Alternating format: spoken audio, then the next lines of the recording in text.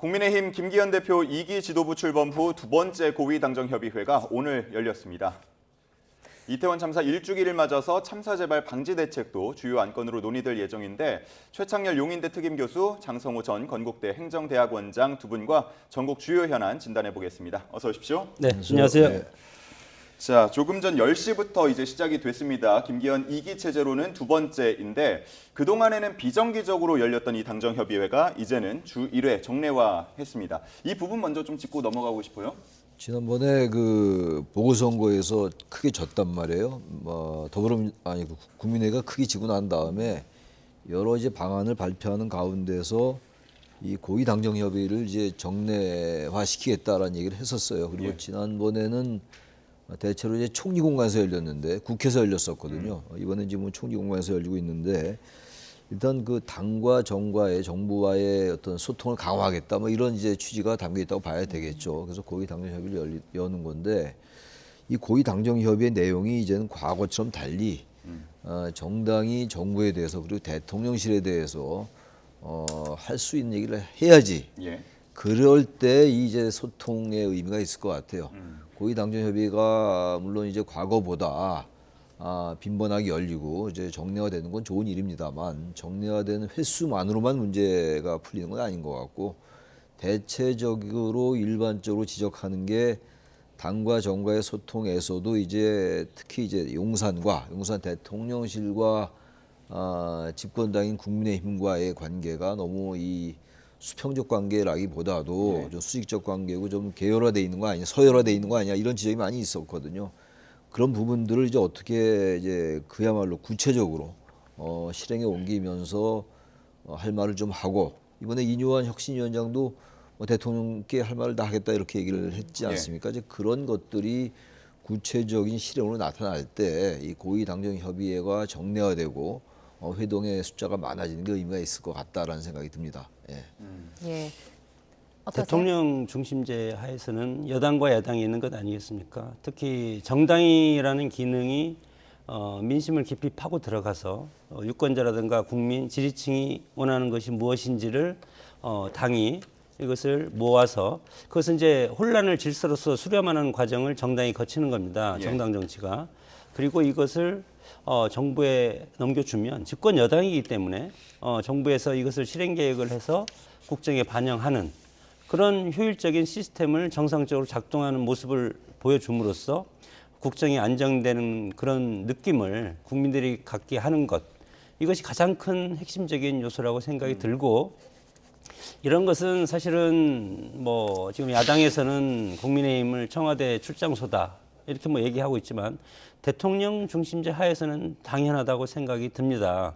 물론 당은 당 나름대로 여러 가지 정책을 추진하지만 결국은 여당에서 배출한 대통령이기 때문에 여당에서 원하는 정책을 대통령실에서 그리고 대통령이 이것을 추진하는 그런 것이 시스템이 중요하지 않습니까? 그렇기 때문에 이것이 뭐 특별한 것은 아니고 국민의 민심에 좀 더 다가가겠다는 그런 전략적인 의도도 있고 그러나 우리는 이 당연한 것이 뭐 특별하게 이렇게 생각하는 그런 이제 여러 가지 케이스가 있지 않습니까?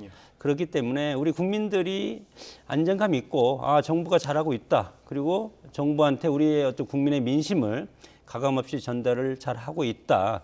그런 의미로 이제 보여줘야 되는 것이고 최근에 럼피스 스킨병이라든가 그리고 가계부채 문제가 상당히 심각하지 않습니까? 네. 이런 것이 시의적절하게 지금 이루어지고 있다고 봅니다. 네. 그런데 당정협의회가 말이죠. 예. 제가 기억하기에는 꼭 뭐 그렇게 한 게 뭐 반드시 최상은 아니라 하더라도 제 기억으로는 김영삼 대통령 때 그때 이제 당 대표와 대통령이 주례회동이 있었어요. 고위 당정협의회는 여러 지금 당에서도 여러 분이 나오고 고위 당직자가 나오고 정부에서도 이제 총리 등 이제 장관이 나오는 거란 말이에요. 관계부처 장관이 나오는 건데 이 자체는 뭐 의미가 있어요. 근데 당과 행정부, 당과 청와대가 지금 이제 대통령실이니까 당과 대통령이 아주 구체적으로 물론 뭐 당 대표는 국민에 의해 선출된 자리는 아니라 하더라도 말이죠. 집권 세력 내에서의 어떤 그 긴밀한 소통이 이루어지기 위해서는요, 대통령과 전 당대표가 격이 없이 뭐 일주일이 됐건 2주일이 됐건 단둘이 만나는 게 좀 필요할 것 같아요. 네. 여럿이 만나는 자리는 거기서 말의 항의가 있을 거예요. 다 공개되고 이러기 때문에. 저는 그래서 정말로 당정 간의 소통, 당과 대통령과의 소통이 이루어지고 그러기 위해서는, 그리고 정당은 아무래도 대통령실보다는 이 우리 국민들과 더 가까이 있는 조직이란 말이에요. 그 선거에 더 민감한 조직이고 말이죠. 예. 이 부분은 같은 집권 세력 내에서도 정당과 대통령실의 기본적인 차이예요. 차이이기 때문에 대통령실은 관료란 말이에요.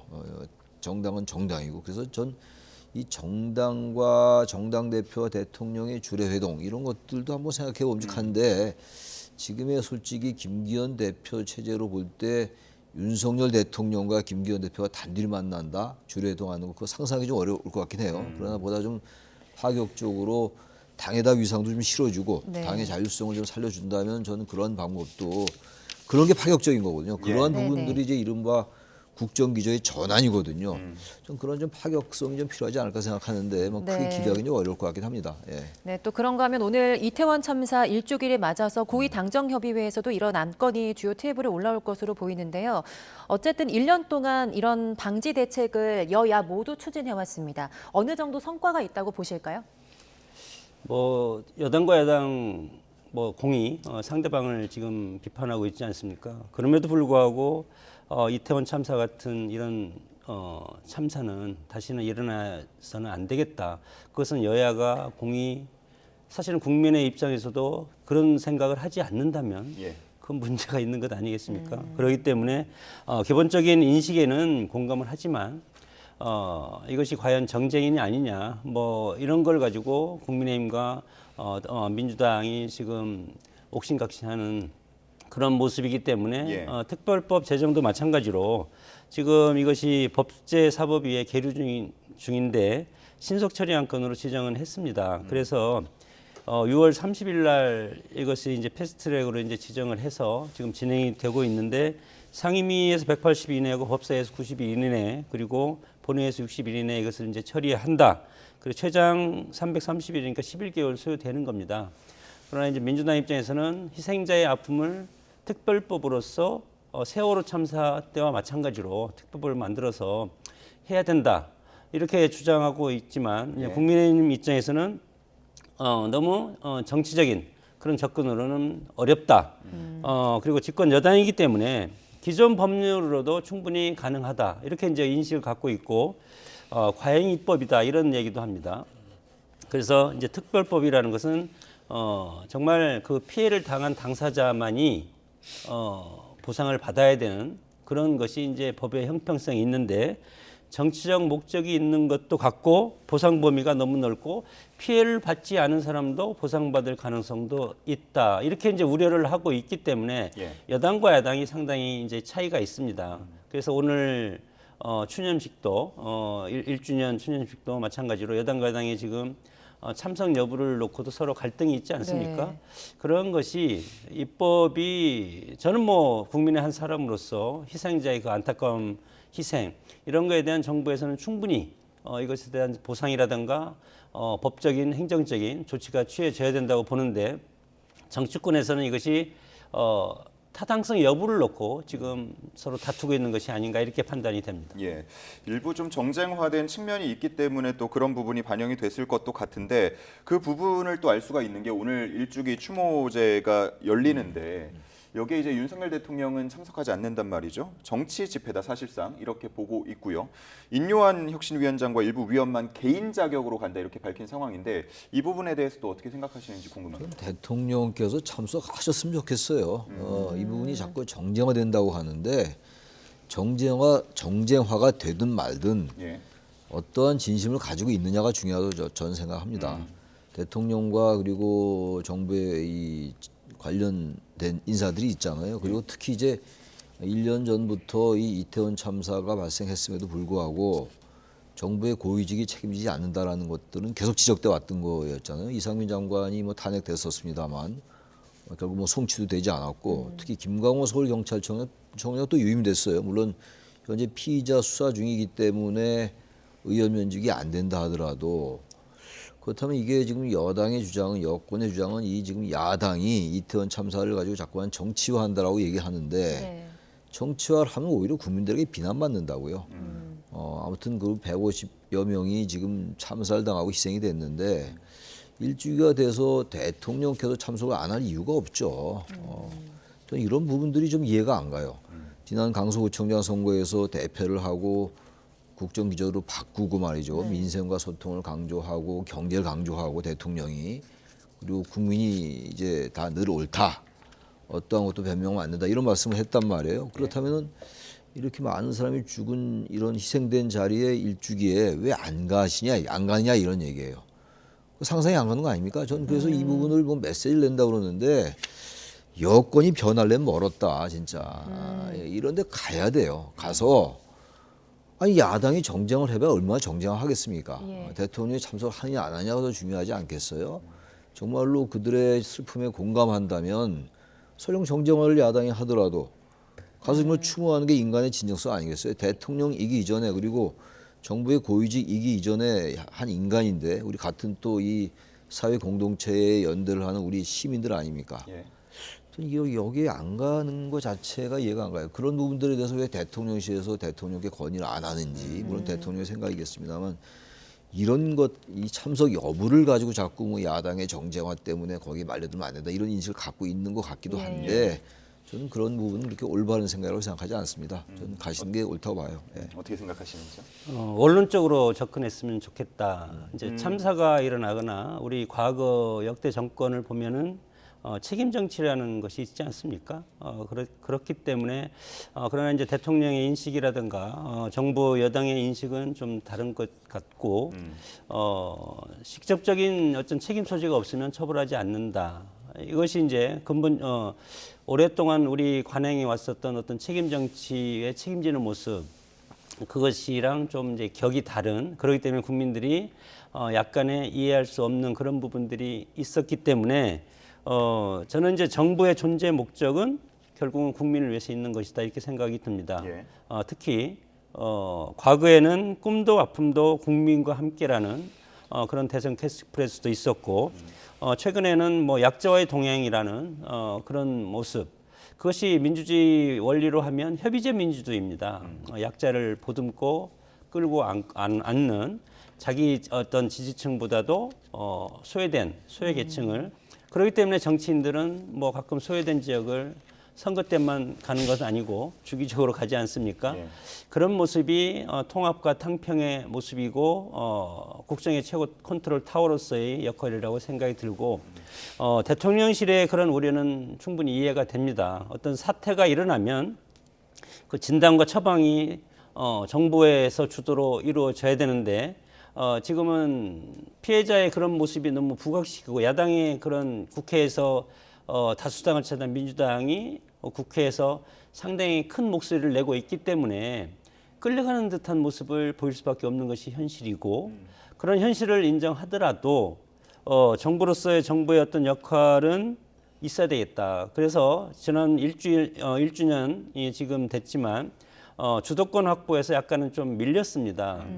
먼저 정부가 책임자에 대한 어떤 책임 정치 차원에서 책임질 부분은 일정 부분 도의적인 책임을 먼저 지고 그리고 나서 법적인 것 그리고 정부에서 할 수 있는 여러 가지 재정적인 것 이런 걸 정부가 충분히 할 수 있었는데 지금 야당이 지금 시민 대회를 준비하고 지금 진행하고 있지 않습니까?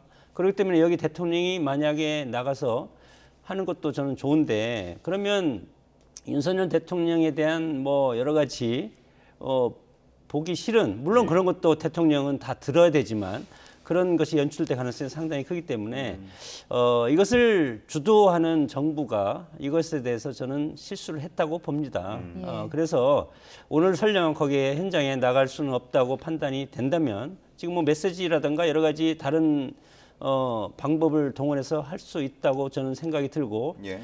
피해자들과 정말 이제 허심탄회하게 한번 다시 대통령이 만나는 모습이라든가 그런 걸 통해서 조금 늦었지만 정부가 이것을 주도권을 잡고 주도권이라는 게 조금 이제 옆에는 있는 말이지만 정부가 주도적으로 이 문제를 해결하고 보듬어 줄 수 있는 그런 모습을 보이는 것이 상당히 좋은 그런 어떤 시점이 왔다고 봅니다.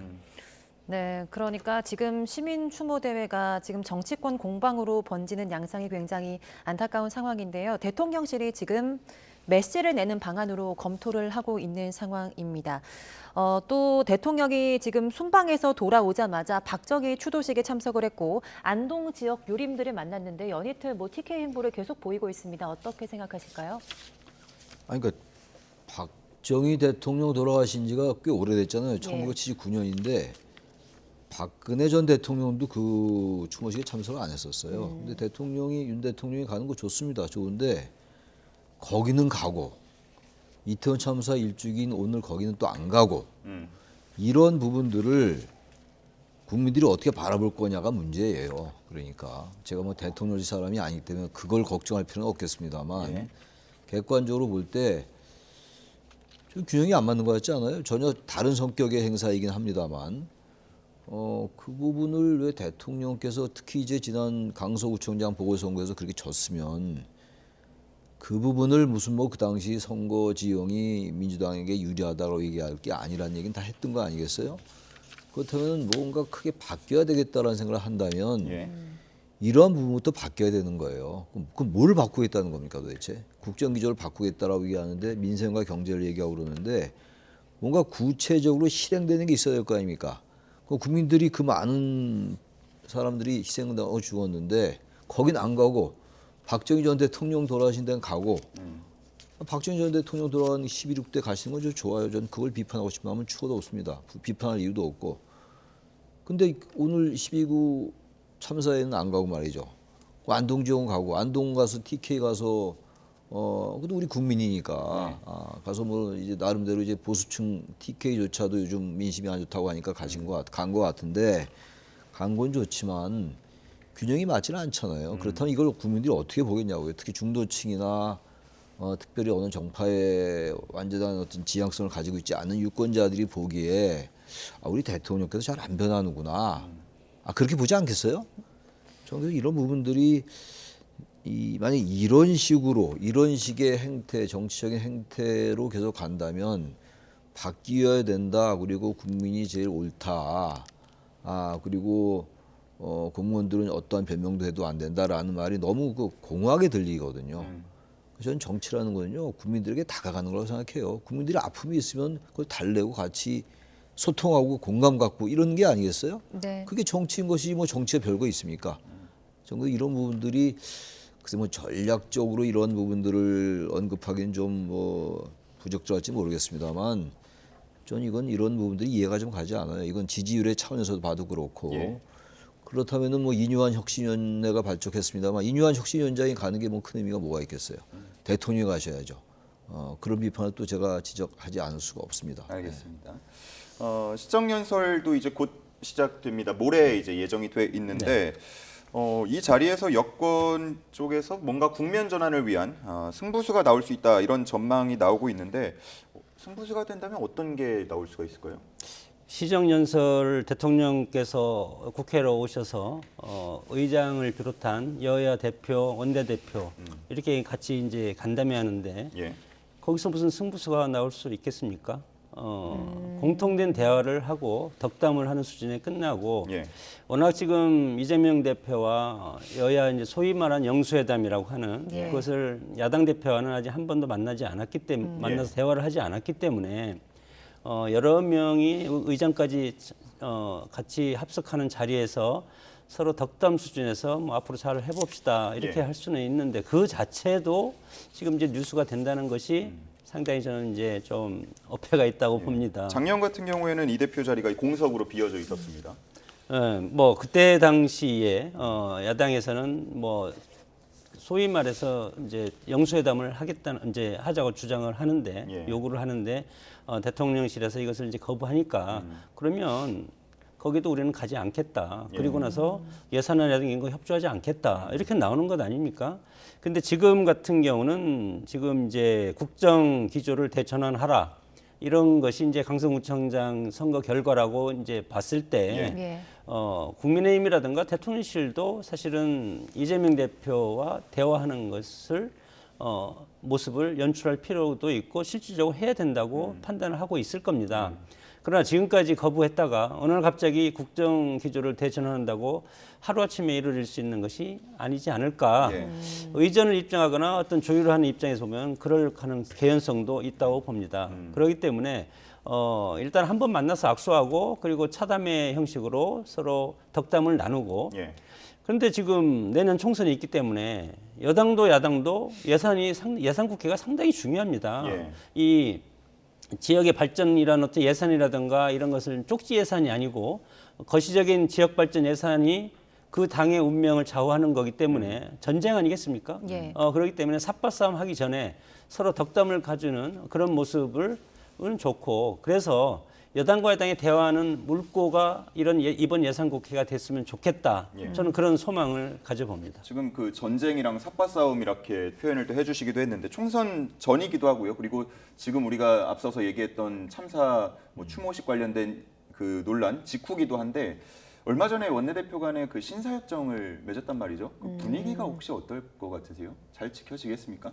신사협정이라는 건 뭐 다 말뿐인 거고 여기 영수회담은 좀 어려워요. 영수회담 지금 뭐 솔직히 현실적으로 윤 대통령이 이재명 대표 만날 가능성은 거의 제로에 가깝다고 보는 것이고 서로 이제 또 김기현 대표가 이번에 만나자고 그랬었잖아요. 여야 대표가 만나자고 얘기했는데 그런 부분들에 대해서 보세요. 야당에서는 지금 야당 대표와 대통령이 만나자는 것이고 이쪽 여권에서는 대통령과 제1야당 대표인 이재명 대표가 만나는 것에 대해서는 아주 부정적인 것이고 근데 그렇기 때문에 또다시 여당 대표가 야당 대표에게 여야 대표 만나자고 얘기했단 말이에요. 근데 이게 여럿이 만나면 별로 의미가 없고요. 여야 대표 지도부 다 만나고 대통령도 만나고 이런 건 별로 의미 없다고 보는데 예. 그렇다면은 항상 정치라는 게 그 all or nothing이 아니잖아요. 모든 뭐 꼭 정치만 그런 건 아니죠. 우리 이 삶의 모습이라는 게 다 그렇잖아요. 내가 원하는 게 100%다 성취가 되고 상대방 원하는 거 전혀 안 듣고 이럴 수는 없는 거란 말이죠. 그래서 우리가 얘기하는 게 갈등을 조절하는 게 정치다라고 얘기하는 거거든요. 그렇다면 여야 사람들이 만나는 게 대해서 계속 얘기가 있다면 그 여당 대표 나오고 야당 대표 나오고 대통령 나오면 되는 거 아니겠어요? 아니, 뭐가 그렇게 힘듭니까? 만나는 게 그래. 만나서 무슨 뭐 몇 시간 얘기하는 것도 아니고 만나서 얘기하는 건 의제 몇 개 있겠죠. 뭐 의제가 조율 안 되면 조율이 딱 되면 만날 필요도 없죠. 그럼 그냥 그걸로 실행하면 되는 거니까 조율이 안 되니까 그걸 가지고 이제 테이블에 올려놓고 적어도 그 자리 현장에서 조금씩 이 이견을 좁힐 수가 있잖아요. 예. 근데 저는 그게 안 되는 게 이해가 안 가요. 꼭 무슨 대통령과 야당 대표가 만나서 야당 대표는 또 격을 높이고 싶은 게 있는데 꼭 그렇게 할 이유도 없는 것이고 네. 이재명 대표가 대통령 단둘이 만나고 갑자기 이재명 대표 격이 올라갑니까? 그것도 아닐 거고 또 여당 대표나 야당 대표나 대통령이 만나면 뭐 대통령의 격이 깎이지도 않을 거 아니겠어요. 전 왜 그게 안 되는지 모르겠어요. 전 정치인들에게 좀 묻고 싶어요. 왜 그렇게 안 되는 건지. 만나는 게 그렇게 어렵습니까? 좀 그래서 서로 이렇게 만나는 거 얘기하니까 대통령, 여당 대표, 야당 대표 셋이 만나라 이거예요. 일단 예. 그것도 안 돼서 뭐 정치를 하겠다고 그러는지 모르겠어요. 난 이건 정말 이해가 안 갑니다. 네, 저희가 준비한 질문이 굉장히 많아서 빠르게 또 진행을 해볼 텐데요. 이제 혁신위원회 이야기로 가보겠습니다. 연일 굉장히 인요한 혁신위 발언이 논란인데요. 비윤계 압류가 좀 불발된 채 출발을 했습니다. 이준석 전 대표 징계 해제를 1호 안건으로 또 정했고요. 첫 외부 일정으로는 5.18 국립묘지 참배를 가는데 지금까지 혁신위의 행보 어떻게 평가하실까요? 글쎄 혁신위가 뭡니까? 당을 구조적으로 바꾸는 것이 혁신이 아닐까? 창조적 파괴를 하는 것이 혁신인데 예. 대사면 저는 이것이 혁신의 일이라고 생각하지 않습니다. 물론 당내 분열을 방지하는 것은 내년 총선을 위해서 필요한 부분이지만 그것이 전부일까요? 다 합친다고 하더라도 또 합쳐놓으면 또 갈등이 있을 겁니까? 공천 국면에서 더 치열한 갈등이 있을 것이고 그렇기 때문에 혁신위가 하는 것은 대사면을 주장할 것이 아니고 그리고 뭐 중진 뭐 수도권 출마 그것도 저는 좀 부적절하다고 봅니다. 구조적으로 하라는 겁니다. 혁신위가 하는 것은 공천 규정이라든가 예를 들어서 3선 이상 뭐 다선 의원들의 어떤 거취라든가 그런 것들 그리고 당이 어떤 노선이라든가 이념이라든가 이런 걸 구조적으로 하는 것이 혁신이지 사람을 바꾸고 사람을 못 나가게 만들고 가서 사정하고 또 혁신위원 해서 또 고사한다고 그 언론에 다 본인들이 발표하고 그러면 이 당이 권위가 실종되는 것 아니겠습니까? 그래서 제도적이고 구조적인 면에 혁신위는 매진하고 그리고 한 달간 딱 하고 그냥 물러나서 사라지면 되는 겁니다. 그런데 지금 구체적으로 개입하고 있고 언론의 질문에 중구난방으로 결정되지 않은 것을 답변을 하다 보니까 예. 정치가 일천하지 않습니까? 지금 윤영환 혁신위원장이 그런 분들이 나와서 자기의 어떤 그동안에 검증되지 않은 그리고 정지되지 않은 그런 것들을 언론을 통해서 얘기하면 혁신의 위상이 있는데 그리고 집권여당 국민의힘의 위상이 있는데 흔들린다고 봅니다. 오히려 더. 그래서 그런 것이 가장 중요하고 제도적인 틀을 다시 만들고 누구도 이거에 대해서 비껴나갈 수 없는 그런 틀을 만들어서 그리고 본인들은 사라져야 됩니다. 총선 출마도 하지 말고 그리고 나서 수도권이 어렵다고 그러지 않습니까? 지금 국민의힘을 얘기하는 입장에서 그러면 무슨 뭐 영남권 중진이 서울 와서 그게 되겠습니까? 그러지 말고 인적쇄신을 해야 됩니다.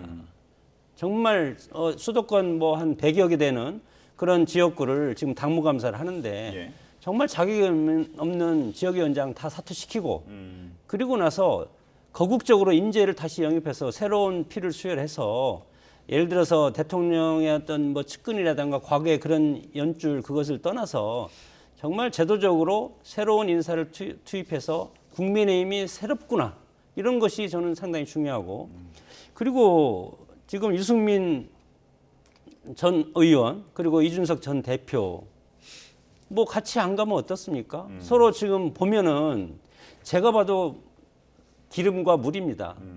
같이 가면 안 될 것 같아요. 이 정도면 정당이라는 것은 동지 아닙니까? 동지들의 집합이고 이념과 정치인이 같이 가는 아무리 무지개 정당이라고 하지만 그러면 같이 따로 가게 만들어주고 그래서 하여튼 파괴적으로 판을 흔들 필요도 있다. 그러면 신당이 나오면 거기 국민의힘 지지층만 가겠습니까? 민주당 지지도 또 옵니다. 그래서 판을 흔들어서 그런 것도 하고 그냥 나가는 사람 제 생각에는 저는 원래 그렇습니다. 내 편에서 내가 나가겠다면 그냥 보내겠습니다. 저는. 그리고 우리 큰 집이 있는데 이 집은 살려야 되지 않겠습니까? 이 집을 살릴 도리를 하는 것이 혁신위의 근본적인 목적, 존재 목적이다. 예. 그렇게 생각을 하고 이 어떤 그 여러 가지 부수적인 그런 지역적인 문제에 천착하는 것은 버려야 된다. 그렇게 봅니다. 알겠습니다. 1호 안건인 당내 대사면 그리고 영남 물갈이론 모두 다 부적절하다고 평가를 해주셨고요. 민주당 얘기도 좀 여쭤볼게요. 민주당도 지금 인선이 완료가 됐고 또 일부 총선 지금 공식화한 곳을 보면은 비명 대 친명 혹은 친명 대 친이낙연 이런 구도가 좀 완성이 되고 있는데 이 부분 어떻게 보시는지 궁금합니다. 민주당도 이제 이재명 대표 체제가 완전히 뭐 이제 공고화됐잖아요. 구속영장 기각됐겠다. 뭐 저기 보궐선거 압승했겠다. 뭐 이재명 체제의 이제 위상은 확고합니다. 아마 이제 당분간 이재명 대표에 대한 사법 리스크 얘기 나오기도 어려울 거예요. 뭐 검찰이 영장을 재청구한다는 거 상상이 어려운 얘기라고 보고 그렇다면 이재명 체제도 마찬가지예요. 친명 대 비명의 갈등 구도가 그대로 갈 수밖에 없죠. 비명을 이제 포용한다고 합니다만 전 그게 한계가 있을 것 같고 단지 이제 이재명 대표 체제가 최근에 이제 그 뭐 여러 가지 좋은 호재가 있었단 말이에요. 영장 기각이라든지 보궐선거 대승이라는 호재가 있었음에도 불구하고 뭔가 겸손하게 더 포용하고 통합하고 그게 이제 말로만 되는 게 아니라 실질적으로 당의 화학적 결합을 가져온다면 상당히 유리해질 것이고 예. 당대표는 표면적으로 통합을 얘기를 하고 또 당대표를 둘러싼 친명 그 강성 의원들은 또 그 가결파 의원들에 대한 징계를 얘기하고 또 강성 지지층이라는 분들은 또 여전히 수방에다 뭐 쓰고 또 그런 행사하고 그러면요 오히려 그게 또 역풍이 불 수도 있어요. 우리 정치라는 게 오늘 다르고 내일 다르고 그렇습니다. 이번에 뭐 이겼다고 해가지고 내년 총선 이긴다는 보장도 없는 거예요. 그건 국민의힘도 마찬가지고 국민의힘도 졌다고 해서 내년 총선 꼭 진다는 보장도 없는 것이고 결국은 앞으로 국민의힘이나 민주당이 어떻게 하냐의 문제인데 예. 두 정당이 하는 일이 우리 국민들 마음에 맞지 않아요. 국민의힘도 아까 뭐 혁신위원회 얘기 지나갔습니다만 혁신위가 그렇게 하는 게 혁신위가 아니거든요. 혁신위는 왜 보궐선거에서 졌는가를 정확히 얘기를 하고 왜 과도하게 이념적으로 우에 치우쳤는지 왜 당정 관계가 수익적으로만 가는지 이런 것들에 대해서 얘기를 하는 게 혁신위입니다. 그게 혁신되는 거 아니겠어요? 무슨 뭐 누구 사면하고 뭐 영남 그 서울에 출마 이건 혁신하고 다른 문제예요. 그래서 그 말씀 한마디 드리고 예. 민주당도 아무튼간에 너무 친 이재명계 쪽으로 움직인다면 국민들이 마냥 그거를 좋게 볼 리는 없을 겁니다. 아마 그래서 이재명 체제도 설령 최근에 뭐 잘 나오고 있습니다만 국민들이 언제든지 회초를 둘 수 있다. 그 부분을 인식해야 되는데 지금 최근에 이재명 체제 자체는 뭐 어떻게 될지 모르겠습니다만 너무 이재명 대표는 통합 뭐 이런 메시지를 내고 또 옆에 친명 강성 의원들은 강성 발언하고 뭐 역할 분담한 게 아니냐 뭐 이런 지적들이 있잖아요. 그런 모습들은 별로 보기 좋지 않다. 그 말씀드립니다. 네. 우리 정치가 이제 개파 보수주의라고 예. 그런 전통이 지금 살아 있습니다. 예. 뭐 당내 민주화 이런 거 상당히 주장했고 상향식 공천 많이 주장했지만 물론 이제 민주당에서는 뭐 경선에 대해서 이미 그 경선 룰을 정해놓고 있지 않습니까? 그래서 경선을 이제 할 수밖에 없는 위치고 개혁의 입장에서는 당내 개혁 총선을 앞두고 개혁을 입장에서는 국민의힘이 상당히 훨씬 더 자유롭다. 더 편하다. 현역 의원이 적기 때문에. 그러니까 민주당은 지금 168명이고 각 지역구마다 지금 3명, 4명이 지금 경쟁하고 있기 때문에 이 뭐 수박 논쟁이라든가 뭐 여러 가지 뭐 김종민 의원부터 쭉 많이 있지 않습니까? 예, 예. 이런 분들을 수박으로 해서 당원들이 뭐 경선에서 탈락시킨다. 저는 이것도 좀 웃기는 얘기입니다. 뭐 그것은 당원들이 선택할 문제고 경선에 붙여서 본인들이 그 당원들한테 선택을 못 받으면 출마할 수 없는 겁니다. 그렇기 때문에 국민의힘보다 훨씬 더 머리 아픈 것이 저는 이 지금 뭐 사진에서 나오지만 이재명 대표가 훨씬 더 머리가 아프고 골치를 썩을 가능성이 이제 상당히 큰 것이 이번 총선이고 이 공천 문제가 잘못되고 지금 이 통합이 어그러지면 민주당이 호남발 정계개편해서 호남당이 출연할 가능성이 저는 상당히 크다고 봅니다. 그렇기 때문에 지금 통합으로 해서 지금 아슬아슬하게 이렇게 가고 경선까지 이재명 대표는 유도를 해야만이 예. 호남 신당이 나오지 않을 것이다. 호남 신당이 나와서 수도권까지 표를 잠식하면 수도권에서 국민의힘한테 어부지를 줄 수가 있기 때문에 지금 더 아슬아슬한 것은 민주당이고 예. 국민의힘 입장에서는 거침없이 네. 계획을 해도 된다고 생각이 듭니다. 알겠습니다. 자, 두 분 다 역풍에 대한 이야기를 언급해 주셨습니다. 자, 오늘 전국 이슈는 여기까지 정리해 보도록 하겠습니다. 최창렬 용인대 특임 교수 그리고 장성호 전 건국대 행정대학원장과 함께했습니다. 두 분 고맙습니다. 예, 고맙습니다.